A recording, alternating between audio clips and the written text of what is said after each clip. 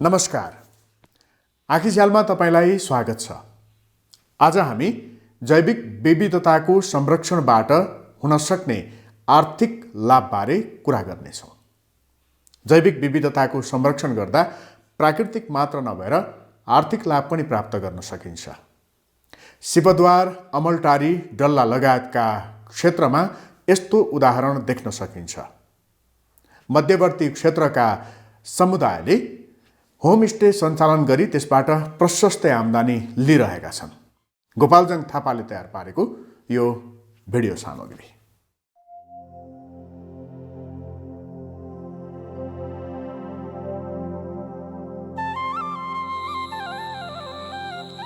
चितवनको माडी नगरपालिका वडा नम्बर 8 शिवद्वारका मोहनबहादुर पुन मगरले जीवनको ऊर्जावान 13 वर्ष विदेशमै काम गरेर बिताए। उनी काम गर्ने देश बहराइनबाट 2071 सालमा बिदामा घर आएका मोहनबहादुरलाई एउटा छोटो अध्ययन भ्रमणले विदेश नजाने बनाइदियो। अवलोकन भ्रमण जाउँ भनेर चाहिँ हाम्रो यहीँको तुलबहादुर पुनज्यूले चाहिँ भन्नुभयो र हामी अमलटाँडी गयौँ। अमलटाँडी गएर चाहिँ होमस्टेहरू हेरिसकेपछि यत्तिको भएपछि हामी सञ्चालन गर्न सकिन्छ भन्ने सोच चाहिँ आयो र त्यो पछि त्यो जैविक विविधताको संरक्षण गर्ने, जनावरहरूबाट चाहिँ यसरी चाहिँ गर्ने भन्ने त्यहाँको अध्यक्ष प्रेमशङ्कर मर्दिनियाबाट चाहिँ थाहा पाएँ। संरक्षणको पाटो चाहिँ यसरी लागि होइन, हामीले होमस्टेहरू सञ्चालन गर्न सकिन्छ भन्ने थाहा पाएर आएर होमस्टे खोल्यौँ। उनी गाउँमै बसे अनि आफ्नै परिश्रममा रमाउन थाले।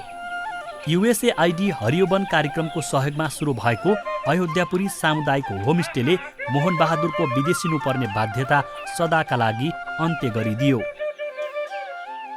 एउटा घरले चाहिँ महिनाको 40,000 भन्दा माथि चाहिँ कमाउन चाहिँ सक्ने भइयो र त्यसले गर्दाखेरि मलाई विदेशमा मेरो 70,000 रुपियाँ सेलेरी थियो र पनि मलाई त्यो 70,000 रुपियाँ सेलेरीको कुनै चाहिँ मतलब छैन। मलाई चाहिँ थुक्का भन्ने चाहिँ मलाई भएको छैन। मलाई यहीँ नै रमाइराखेको छु। शिवद्वारका 13 घरमा होमस्टे सेवा सञ्चालनमा छ। 2072 साल पुस 11 गतेबाट पुनमगरका 9वटा, श्रेष्ठका 2, राईको 1 र थापा मगरको 1 घरबाट होमस्टे सेवा सञ्चालित छ।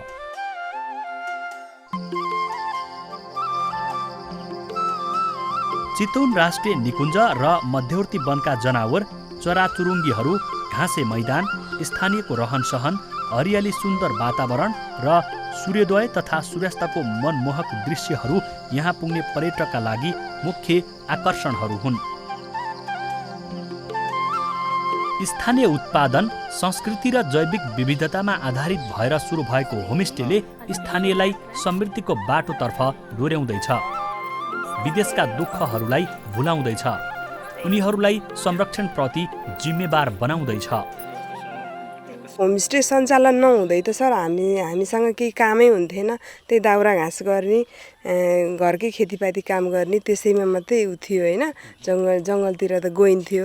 तर अहिले होमस्टे चलाइसकेपछि चाहिँ हामी यहीँ घरमै गेस्टहरूसँग यही घरको वरिपरि कामको विषयमा नै बिजी हुन्छौँ। त्यही भएर हामी चाहिँ बाहिर जानु पर्दैन। परिवारसँग बसेर केही 2-4 रुपियाँ कमाउँछौँ भने त्यो जतिको खुसी कुरा केही हुँदैन। हामी विदेश जानेलाई सोध्नु कति हुन्छ विदेशको पीडा, त्यो विदेशी मरुभूमिमा कति दुःख गरेर कमाइन्छ। त्यो 5 रुपियाँ यहाँको कमाइले वहाँको हजारौँ कमाइले जित्न सकिन्छ। हजुर, पर्यावरणलाई जनावर देखाउने, उहाँबाट डलर ल्याउने, डलर ल्याएपछि आफूलाई पनि हो, उसले फोटो खिचिरहेको छ, ऊ पनि रमाइलो हो, खुसी हो, यस्तो चाहिँ यहाँ त भन्ने हो।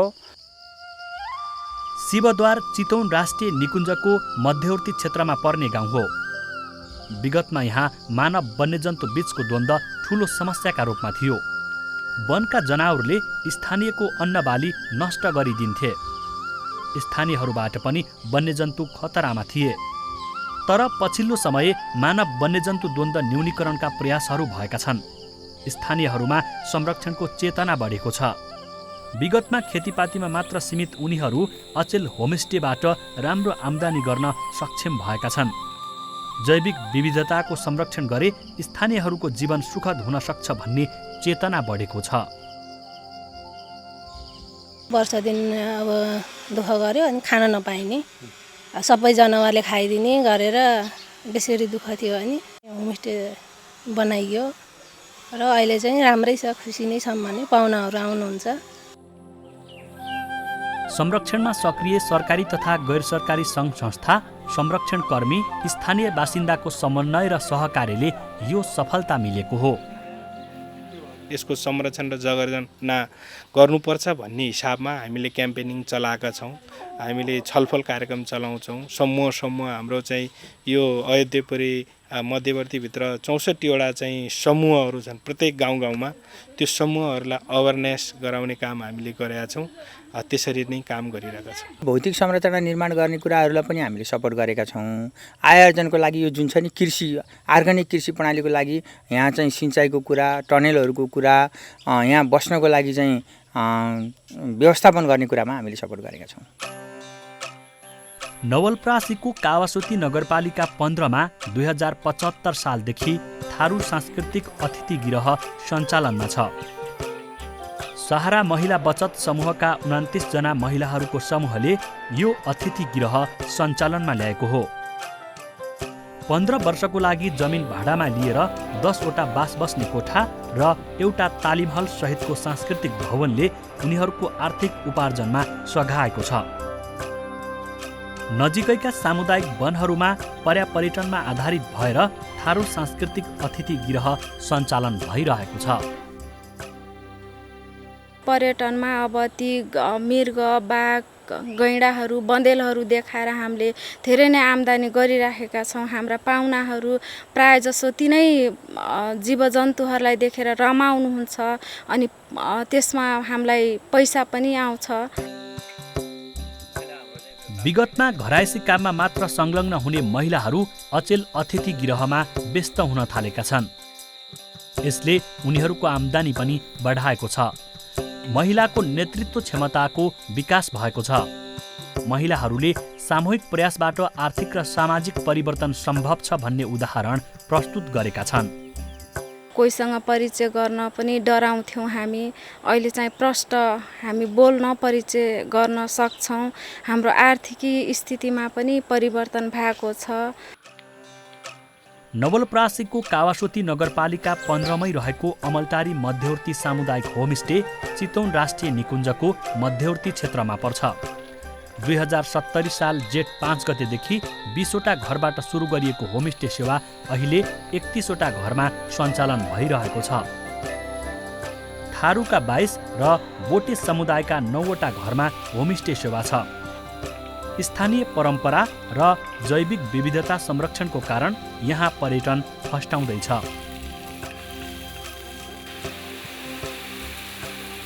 होमस्टे सञ्चालन गरिसकेपछि यहाँका समुदायका मानिसहरूमा तपाईँको लवाई खवाईदेखि लिएर हरेक कुरा बोल्ने शैलीमा उनीहरूको जीवनशैली नै फरक भएको छ। काठ काटेर यहाँ आम्दानी गर्ने चाहिँ छैन। यसमा चाहिँ विशेष गरेर वन वन्यजन्तुहरूले संरक्षण गरेर पर्यटनको विकास गर्ने चाहिँ एकदमै राम्रो क्षेत्र भएको कारणले हामीले यिनै कुराहरूलाई अगाडि बढाउँदै लिएर आयौँ।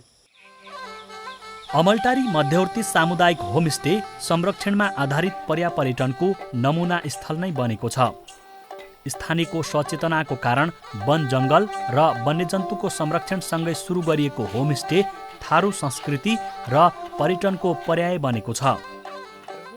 संरक्षणमा देखाएको सक्रियताले आर्थिक सामाजिक परिवर्तनसँगै राजनीतिक नेतृत्व तहसम्म पुग्न सकिने तथ्यलाई प्रमाणित गरेको छ। मैले यो संरक्षण र एउटा जीविकोपार्जनको हिसाबले जसरी मैले काम गर्दै गएँ, आज मलाई यो मेरो बेसलाइन नै हो होइन। यसले गर्दाखेरि मलाई एउटा जनताको माझमा होइन मलाई चिन्ने मौका दियो यसले र विभिन्न मेरो कामको प्रशंसाको कारणले गर्दाखेरि मलाई लाग्छ अब मलाई राजनीतिक हिसाब किताबले टिकट दिइसकेपछि जनताले मत दिएका हुन्। 2067 सालदेखि बर्दिया जिल्लाको मधुवन नगरपालिका वडा नम्बर 1 मा डल्ला होमस्टे भनेर चिनिने खाता जैविक मार्ग सामुदायिक होमस्टे सञ्चालनमा छ। 11वटा घरबाट सुरु भएको होमस्टे सेवा हाल 23वटा घरमा सञ्चालित छ।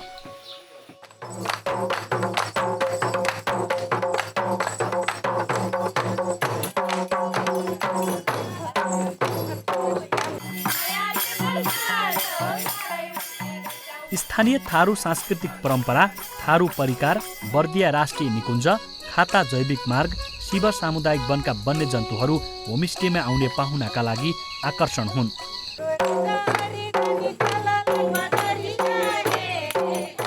होमस्टेबाट प्राप्त हुने आम्दानीको 10% रकम होमस्टे व्यवस्थापन समितिको कोषमा जम्मा गरिन्छ।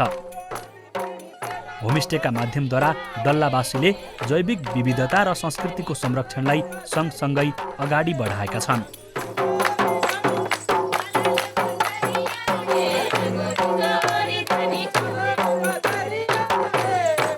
संरक्षण प्लस दिगो जीविकोपार्जन पाटो भयो, एजुकेसनका कुराहरू भयो, हेल्थका कुराहरू भयो, आफ्ना परम्परा रीतिरिवाज कल्चर संरक्षणका कुराहरू यी सँगसँगै लानुपर्छ। यसलाई पनि संरक्षणतिर जोड्नुपर्छ। जुन तरिकाले जैविकता संरक्षणका कुराहरू छ र आफ्नो परम्परालाई पनि जोगाइराख्नुपर्छ भन्ने उद्देश्यले यी 5वटा सूचकलाई हामी सँगसँगै लान खोजिराखेका छौँ। वन र वन्यजन्तु संरक्षणको महत्त्व बुझेर समुदाय स्तरमा चोरी सिकारी नियन्त्रण दल पनि सक्रिय छन्।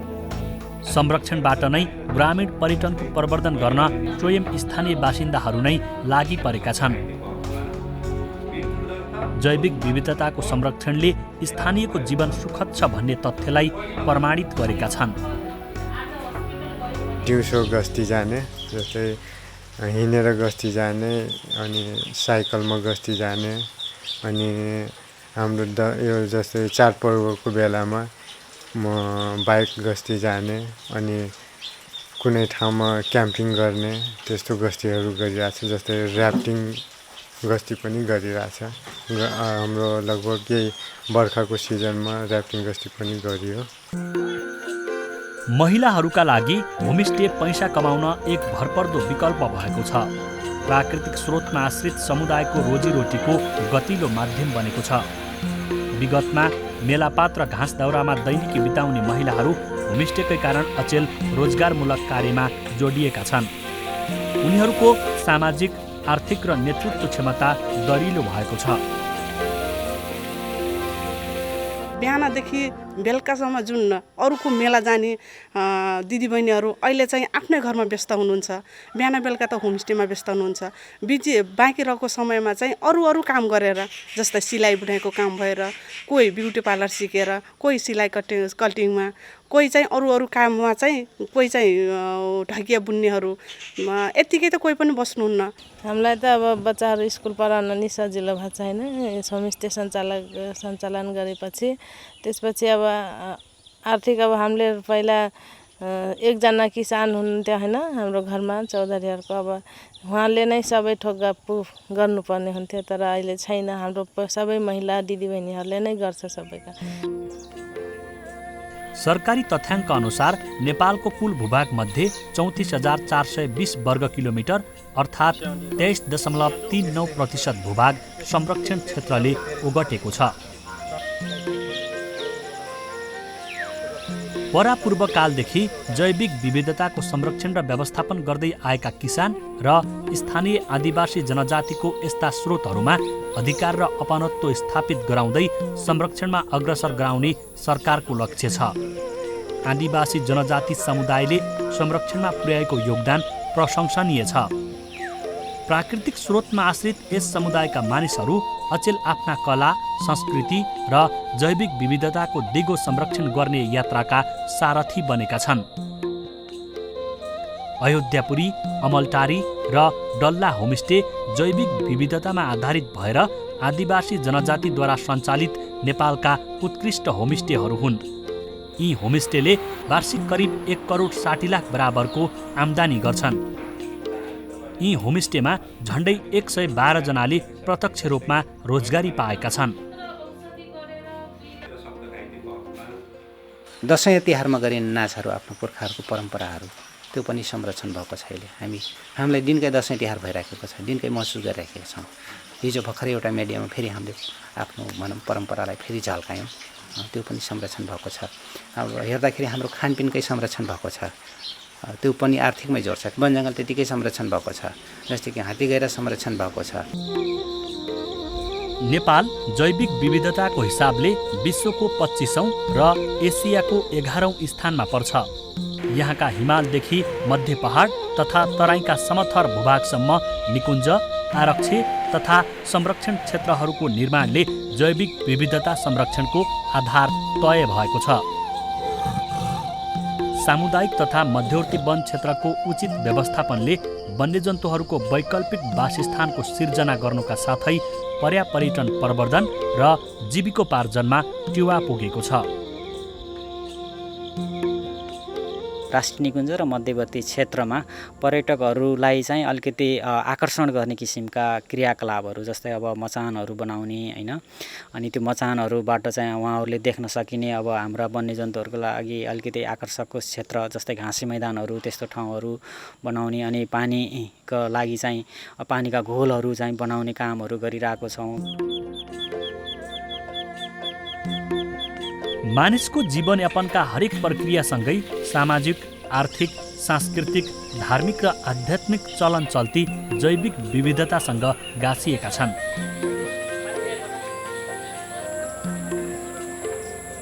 विश्व अर्थव्यवस्थाको 40% बढी र न्यून आय भएका अधिकांश मानिसहरूका झण्डै 80% आवश्यकताहरू जैविक विविधताको क्षेत्रबाट पूर्ति हुन्छ।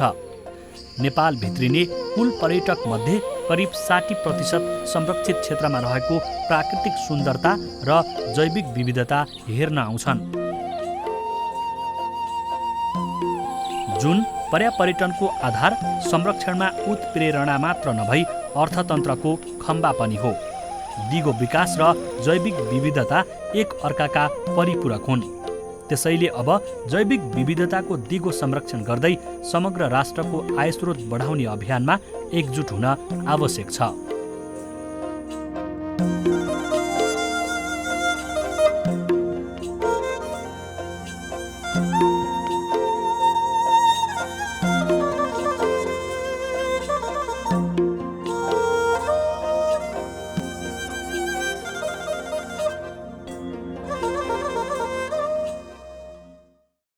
अब ऊर्जाको कुरा गरौँ।